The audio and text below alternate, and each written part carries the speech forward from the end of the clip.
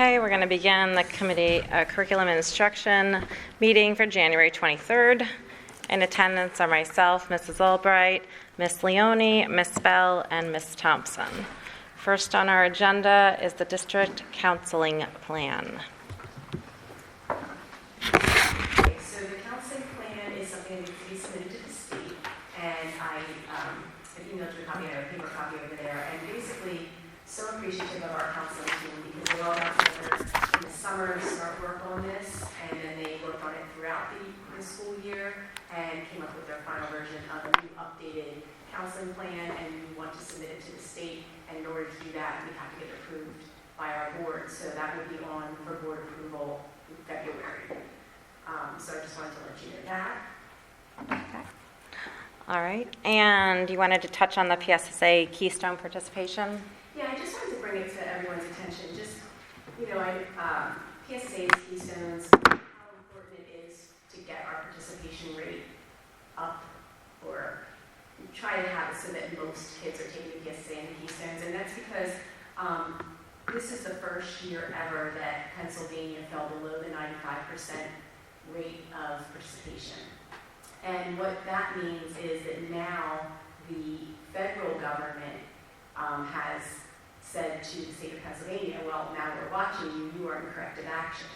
And what that means is that the districts that have any of their student population subgroups or any of the content area tests that fall below that 95%, even if it's 94.7% of our kids took something, we have to now file a report that states why we think the participation rate was that low, and we have to say what we're going to do about it. So we come with an action plan. We're not alone. Practically everyone in Berks County got the same letter for this corrective action.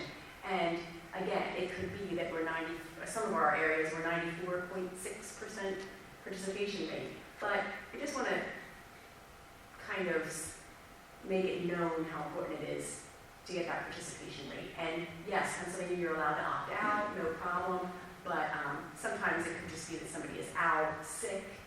So we just have to put together a plan to say how we're going to improve our participation rate. What do you tell parents? Because I feel like it's a thing right now to pull your kids from testing. So what are you going to tell parents to encourage them? You're not wrong. So we like to just emphasize that this is a data point for us too.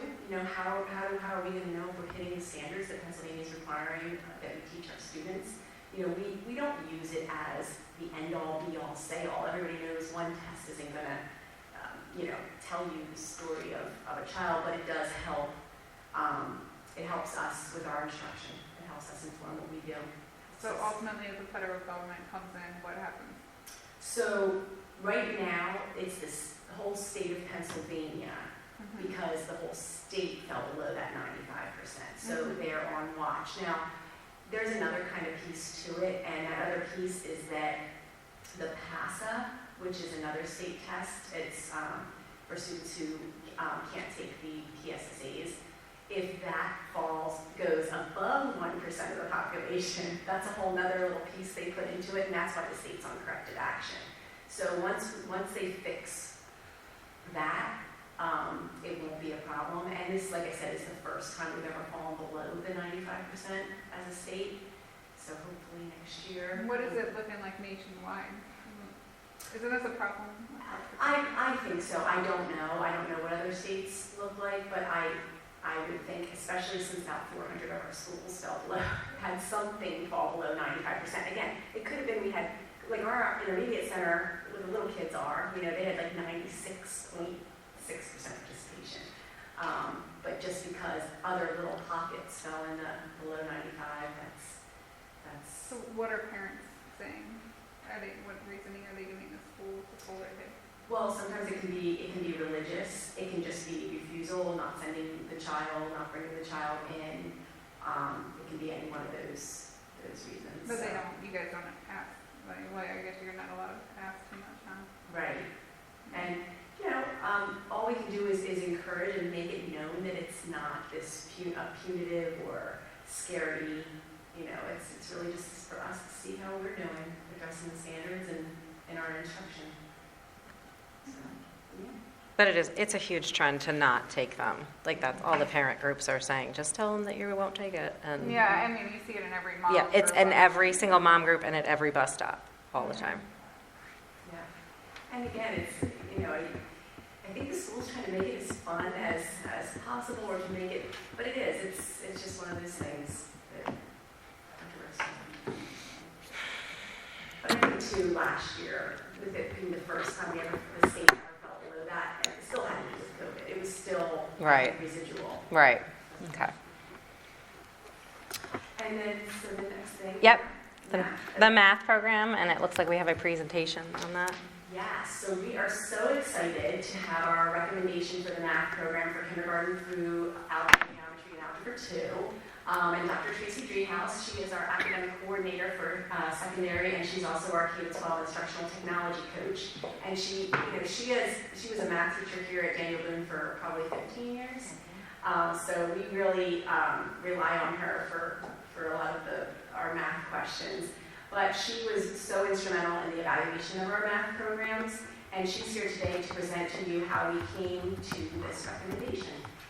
Thank you, and thanks to all of you for letting me come here tonight and speak about this. As Ange said, I was a math high school teacher for 15 years and have been an instructional coach in the district for another 3. So my tenure began here 18 years ago, and even though my own children have not gone through Daniel Boone, a good portion of my life has been spent within these walls, and so I just really feel a personal investment as well as a professional one.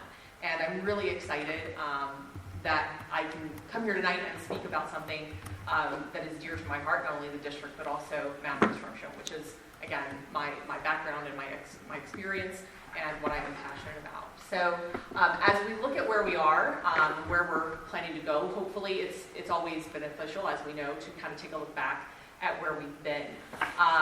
So Go Math, which is a product from Houghton Mifflin Harcourt, has been our K-8 programming since 2013, when PDE released the current Pennsylvania Common Core standards. And they aligned the PSSAs at the elementary level to those standards. With fewer students than we have in K-5 subjected to state testing, at the high school and middle school level, quite frankly, there was a lag in standards alignment, and because of that, there was also a little bit of a lag or a lack of same kind of attention to math programming at those higher levels. So as a high school teacher, for years we just kind of cobbled together what we could find and what we felt was beneficial, and it worked for us perfectly fine. However, at this point, we have a couple of things going on. The first is that in 2020, Go Math announced its imminent retirement, which kind of put us on a, oh my goodness, what are we going to do now, kind of click. And we got a little nervous. We put together a committee comprised of all the